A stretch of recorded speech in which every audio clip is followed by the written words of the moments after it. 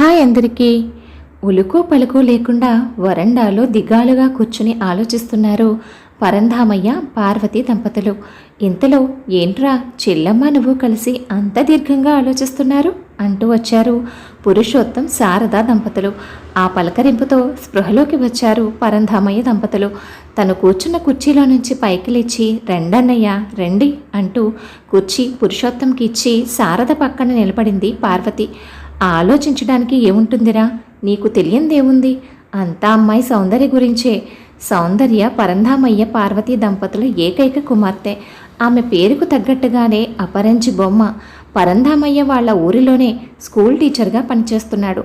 పెద్దగా ఆస్తిపాస్తులు లేకపోయినా వచ్చే జీతంతో తిండికి బట్టకి లోటు లేకుండా దేవుని దయ వల్ల ఆ కుటుంబం సంతోషంగానే ఉండేది. సౌందర్యకి పెళ్లి వయసు వచ్చినప్పటి నుంచి అంతంత మాత్రంగా ఉన్న తన ఆర్థిక పరిస్థితుల వల్ల కట్న కానుకలు ఇచ్చి పెళ్లి జరిపించడం ఎలాగా అని ఆలోచనతో సతమతమయ్యేవాడు పరంధామయ్య. అంతలో స్నేహితుడి పెళ్లి కోసం ఆ ఊరు వచ్చిన కోటీశ్వరుడైన అభయ్ ఆ పెళ్లిలో సౌందర్యను చూసి ముచ్చటపడి పెళ్ళంటూ చేసుకుంటే తననే చేసుకుంటానని తన తల్లిదండ్రులతో చెప్పాడు. ఎప్పటినుంచో పెళ్లి చేసుకోమని ఎన్నో సంబంధాలు చూపిస్తున్నా కాదంటున్న కొడుకు పెళ్ళంటూ చేసుకుంటే ఈ అమ్మాయినే చేసుకుంటాను అనడంతో అభయ్ తల్లిదండ్రులు కూడా పరంధామయ్య కుటుంబం గురించి ఆరా తీశారు. అమ్మాయి కుటుంబం గురించి అందరూ మంచిగా చెప్పడంతో మేలిమి బంగారం లాంటి సౌందర్యను కాదనడానికి వారికి కారణాలు లేకపోయాయి. దాంతో మాకు ఎలాంటి కట్న కానుకలు ఇవ్వనవసరం లేదు, పెళ్లి ఖర్చులు కూడా మేమే పెట్టుకుంటాం, మీ అమ్మాయిని మాకిస్తే చాలు అని అభయ్ తల్లిదండ్రులు పరంధామయ్య ఇంటికి వెళ్ళి అడగడంతో కూతురి అదృష్టాన్ని తలచుకొని ఆ దంపతులు ఆనందంతో పొంగిపోయారు. ఎప్పటినుంచో కొడుకు పెళ్లి కోసం ఎదురుచూస్తున్న అభయ్ తల్లిదండ్రులు 10 రోజుల్లోనే మంచి ముహూర్తం ఉండడంతో సౌందర్య అభయ్ల పెళ్లిని అంగరంగ వైభవంగా జరిపించారు. ఊరివారంతా సౌందర్య అదృష్టాన్ని మెచ్చుకోకుండా ఉండలేకపోయారు. వారిద్దరిది చూడముచ్చటైన జంట అనేవారు. ఆ చూడచక్కని జంటకి ఎవరి దిష్టి తగిలిందో ఏమో కానీ పెళ్ళైన 6 నెలలకి పండుగకి పుట్టింటికి వచ్చి తిరిగి అత్తారింటికి వెళ్తున్నప్పుడు ఊహించని విధంగా సౌందర్య అభయ్ వెళ్తున్న కారుకి యాక్సిడెంట్ అయ్యింది. అక్కడికక్కడే హెడ్ ఇంజురీతో అభయ్ మరణించగా సౌందర్యకు కాలికి చేతికి ఫ్రాక్చర్ అయ్యింది. కొడుకు ఉన్నంత వరకు కోడల్ని మహారాణిలా చాలా ప్రేమగా చూసుకున్న అభయ్ తల్లిదండ్రులు కొడుకు దూరం అవ్వడంతో తమకి ఎంత నష్టం జరిగిందో అంతకంటే ఎక్కువ నష్టమే కోడలికి కూడా జరిగిందన్న విషయాన్ని కూడా మర్చిపోయి నష్టజాతకురాలివి, నువ్వు అడుగుపెట్టి బంగారం లాంటి నా కొడుకుని మింగేశావంటూ నానా మాటలు అని సౌందర్యను నిర్దాక్షిణ్యంగా ఇంటి నుంచి బయటకు గెంటేశారు. అలా పుట్టెడు దుఃఖంతో సౌందర్య పుట్టింటికి చేరి 6 నెలలు గడిచాయి. ఆనందంగా సాగిపోతుంది అనుకున్న తమ కూతురి జీవితం ఇలా అగాధంలో పడిపోవడంతో దిక్కుతోచని స్థితిలో ఉన్నారు పరంధామయ్య దంపతులు. మీరే ఇలా డీలా పడిపోతే ఇక ఆ బంగారు తల్లిని ఓదార్చేది ఎవర్రా? జరిగిందేదో జరిగిపోయింది. ఇకనైనా అమ్మాయి జీవితం బాగుపడేట్టు మనమే ఒక మంచి నిర్ణయం తీసుకోవాలి అన్నాడు పురుషోత్తం పరంధామయ్య భుజం మీద చేయి వేస్తూ. పరంధామయ్య పురుషోత్తం చిన్నప్పటి నుంచి ఆ ఊరిలోనే కలిసిమెలిసి పెరిగారు. పురుషోత్తంది ఆ ఊరిలోనే ధనిక కుటుంబమే అయినా వారి కులాలు వేరే అయినా ఇప్పటి వరకు వారి స్నేహానికి అవేమీ అడ్డు రాలేదు. వాళ్ళిద్దరిలాగే పెళ్ళైన దగ్గర నుంచి వారి భార్యలు కూడా స్నేహితులయ్యారు. చమర్చిన కళ్ళను ఒత్తుకుంటూ మంచి నిర్ణయం తీసుకోవడానికి ఏముందిరా, ఇక ఈ జన్మకు దాని జీవితం అంతే అన్నాడు పరంధామయ్య. అదేంట్రా అలా అంటావు? నిండా 23 ఏళ్ళు కూడా నిండని అమ్మాయి జీవితాంతం ఇక ఇలా ఉండిపోవాల్సిందేనా? ఇప్పుడు కాలం మారింది, నువ్వు అను, తనకు తగిన మంచి సంబంధం నేను తీసుకొస్తాను, అమ్మాయికి మళ్ళీ పెళ్లి చేద్దాం అని అన్నాడు పురుషోత్తం. కాలం ఎంత మారినా మాలో నువ్వంటున్నవేవి జరగవురా, అదే గనక జరిగితే నలుగురిలో మేము తలెత్తుకోలేము అంటూ నిట్టూర్చాడు పరంధామయ్య. అది సమయం కాదని మరొకసారి ఆ విషయం గురించి ప్రస్తావించాలి అనుకునే పరంధామయ్య దంపతులను ఓదార్చి అక్కడి నుంచి వెళ్ళిపోయారు పురుషోత్తం దంపతులు. భర్త పోయి 6 నెలలు గడిచినా సౌందర్య ఇంకా ఇప్పటి వరకు కాలు బయట పెట్టింది లేదు. అలా నిరాశగా తన గదికే పరిమితమై ఉంటుంది. కూతుర్ని అలా చూస్తూ కుమిలిపోతున్నారు సౌందర్య తల్లిదండ్రులు. ఒకరోజు పార్వతి వంటగదిలో పనిలో ఉండగా, సౌందర్య అన్న పిలుపు వినిపించింది. ఎవరబ్బా అని చూడగా వచ్చింది సౌందర్య చిన్ననాటి స్నేహితురాలు రమ్య. సౌందర్య పెళ్లి జరిగిన 4 నెలలకు తనకు పెళ్లి జరిగి అత్తారింటికి వెళ్ళిపోయింది. తన అత్తగారి ఊరు దూరం కావడంతో పెళ్ళైన తర్వాత ఇన్నాళ్లకి పుట్టింటికి వచ్చి తన తల్లి ద్వారా తన స్నేహితురాలి జీవితంలో జరిగిన దారుణాన్ని తెలుసుకొని స్నేహితురాల్ని చూడడానికి వచ్చింది రమ్య. రమ్యను చూసిన పార్వతి, రామ్మా రమ్య రా, ఎన్నాళ్లకు చూశాను నిన్ను, ఎలా ఉన్నావమ్మా? నేను బాగానే ఉన్నానంటీ. ఇంతకీ సౌందర్య ఎలా ఉంది? ఎలా ఉండడం ఏంటమ్మా, దాని పరిస్థితి ఏమీ బాగోలేదు. 24 గంటలు ఆ గదిలోనే ఉంటుందమ్మా. నువ్వైనా దానికి కాస్త నచ్చ చెప్పి దాన్ని అలా ఏ గుడికో తీసుకెళ్ళమ్మా, కాస్త దానికి గాలి మార్పుగా ఉంటుంది అంది సౌందర్య తల్లి. మీరేం బాధపడకండి ఆంటీ, నేను వచ్చేసానుగా, ఇక సౌందర్య సంగతి నేను చూసుకుంటాను అంటూ సౌందర్య దగ్గరకు వెళ్ళింది రమ్య. ప్రాణ స్నేహితురాన్ని చూడగానే రమ్యను గట్టిగా పట్టుకుని బోరుమంది సౌందర్య. కాసేపటికి సౌందర్యని ఓదార్చి ఆ మాట ఈ మాట చెప్పి మొత్తానికి గుడికి రావడానికి ఒప్పించింది రమ్య. రమ్య సౌందర్య ఇద్దరూ కాస్త నవ్వుకుంటూ గదిలో నుంచి బయటకు రావడం చూసిన పార్వతి కొంచెం స్థిమితపడింది.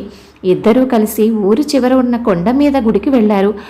దర్శనం చేసుకుని వాళ్లకు అంతకుముందు ఎన్నో జ్ఞాపకాలు ఉన్న ఆ గుడి గట్టు మీద కూర్చొని చిన్ననాటి ముచ్చట్లు మాట్లాడుకుంటున్నారు స్నేహితులు ఇద్దరు.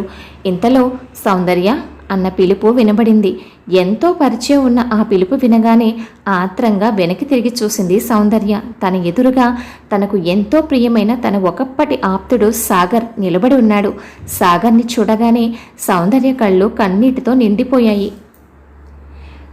సాగర్ సౌందర్యలు ఒకరినొకరు ప్రాణంగా ప్రేమించుకున్నారు. వారి కులాలు ఆర్థిక స్థితిగతుల వల్ల ఆ విషయం ఇంట్లో చెప్పడానికి భయపడ్డారు. సరిగ్గా సౌందర్య పెళ్లి జరిగిన సమయంలో సాగర్ ఫారిన్లో ఉన్నాడు. వారి ప్రేమ విషయం పెద్దలకు చెప్పే అవకాశం వారిద్దరికీ లేకపోయింది. అలా ఒకటి అవ్వాల్సిన ఆ ప్రేమ జంట విడిపోయారు.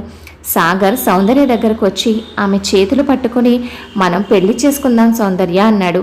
ఆ మాటకి సౌందర్య గద్గద కంఠంతో, ఇప్పుడు నేను నీ పాత సౌందర్యాన్ని కాదు, ఒకరి భార్యగా కొన్నాళ్ళు జీవించి ఇప్పుడు వితంతువుగా మారిన నాలాంటి దాన్ని నువ్వు పెళ్లి చేసుకోవడం ఈ సమాజం హర్షించదు. నలుగురు 4 రకాలుగా మాట్లాడుకుంటారు అంది. రోజుకో వింత గురించి మాట్లాడుకునే ఈ సమాజం గురించి నాకు అవసరం లేదు. నువ్వు దూరమైన ఈ సంవత్సర కాలం నేను ఎంత నరకయాతన అనుభవించానో అది నాకే తెలుసు. ఇక నిన్ను ఈ పరిస్థితుల్లో చూస్తూ నేను భరించలేను. నువ్వు అను, నిన్ను జాగ్రత్తగా నా గుండెల్లో పెట్టుకుని కాపాడుకుంటాను. రేపే మనం పట్నం వెళ్ళి నా స్నేహితుల సమక్షంలో గుడిలో పెళ్లి చేసుకుందాం. ఆ తర్వాత మనకు ఎలాంటి ఇబ్బంది ఉండదు. మన పెద్దలు కూడా మన పెళ్లికి తప్పకుండా ఒప్పుకుంటారు. రేపటి ఉదయం నువ్వు కాస్త ధైర్యంగా అడుగు ముందుకు వేస్తే చాలు, మిగిలినదంతా నేను చూసుకుంటాను అన్నాడు. పక్కనే ఉన్న రమ్య, అవునే, ఆ దేవుడు నీ జీవితానికి మరొక అవకాశం ఇచ్చాడు. అభయ్ నీకు ఇంత భరోసా ఇస్తున్నప్పుడు, గతంలో నువ్వు కలలు కన్న నీ జీవితం మళ్ళీ నీకు దక్కుతున్నప్పుడు నువ్వు సమాజం చాదస్తం అంటూ ఎవరో ఏదో అనుకుంటారని నీ బంగారు భవిష్యత్తును నువ్వే చేతులారా నాశనం చేసుకోకు. ఇక ఆంటీ అంకుల్ సంగతి అంటావా? వాళ్ళు కోరుకునేది నీ సంతోషమే కదా. నీ జీవితం ఇలా అయిన దగ్గర నుంచి వాళ్ళు ఎంత కుమిలిపోతున్నారో నాకన్నా బాగా నీకే తెలుసు. కాబట్టి ఇంకేం ఆలోచించకుండా ఆ అబ్బాయి చెప్తున్నట్లుగా రేపు పొద్దున్న తనతో పాటు వెళ్ళి పెళ్లి చేసుకో. నీ మంచి కోరే నీ స్నేహితురాలుగా చెప్తున్నాను. ఇకపై నీ జీవితం సంతోషంగా ఉంటుందని నా నమ్మకం అంది. స్నేహితురాలి మాటలకు ప్రభావితమైన సౌందర్య సరేనంది. స్నేహితురాళ్ళు ఇద్దరూ కలిసి మామూలుగా ఇంటికి వచ్చేశారు. మరుసటి రోజు ఉదయం ఎవరూ నిద్ర లేవకముందే ఇంటి ముందు తన కోసం ఎదురు చూస్తున్న అభయ్తో కలిసి పట్నం వెళ్ళింది సౌందర్య. తెల్లవారి చాలాసేపైనా కూతురు ఇంకా గదిలో నుంచి బయటకు రాకపోవడంతో చూద్దామని గదిలోకి వెళ్ళిన పార్వతికి లోపల కూతురు కనిపించలేదు. గదిలో లేదే, ఇంత ఉదయాన్నే ఎక్కడికి వెళ్తుందబ్బా అని కంగారుగా ఇల్లంతా పెరటిలోనూ వెతికింది.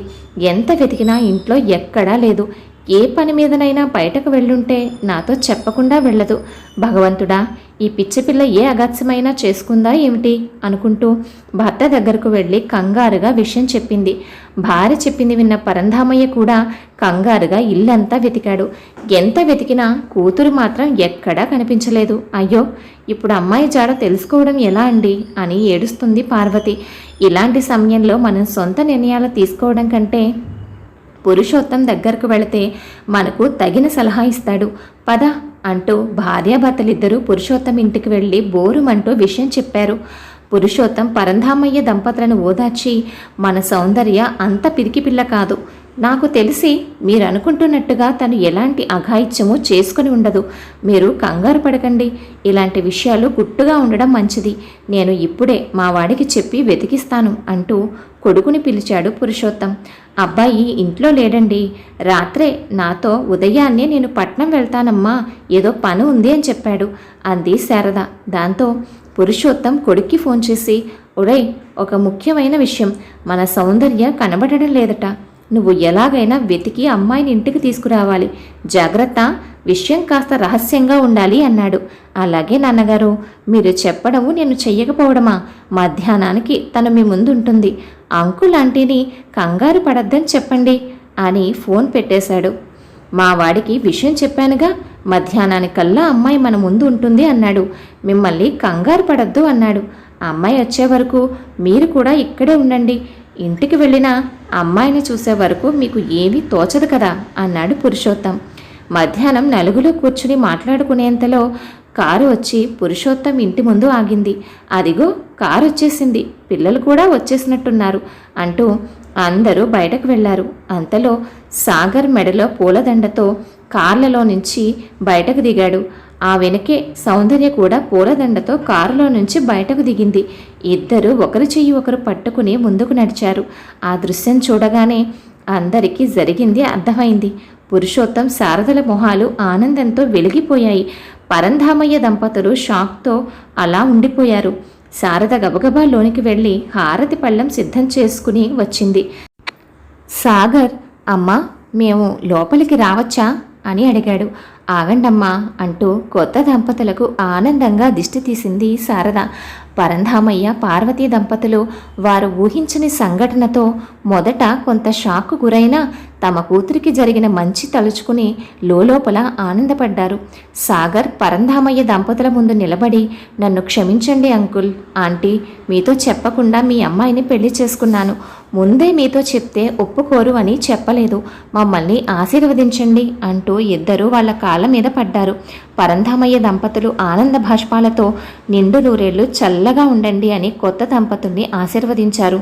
తర్వాత పురుషోత్తం దంపతుల ముందు నిలబడ్డారు నవదంపతులు. మంచి పని చేశావు అన్నట్టు గర్వంగా కొడుకు వైపు చూసి భుజం తట్టాడు పురుషోత్తం. వాళ్ళు కూడా పిల్లల్ని పిల్లా పాపలతో సంతోషంగా ఉండమని ఆశీర్వదించారు. తర్వాత సాగర్ సౌందర్య ఎంతో అన్యోన్యంగా వారి సంసార జీవితాన్ని గడపడం చూసి పెద్దవాళ్ళందరూ సంతోషించారు. కథ విన్నారు కదా అండి. కథపై మీ అభిప్రాయాన్ని తప్పకుండా కామెంట్ చేయండి. మీ కామెంట్ నాకు మరింత ఉత్సాహాన్నిస్తుంది. మరొక మంచి కథతో మళ్ళీ కలుద్దాం. ఉంటాను మరి.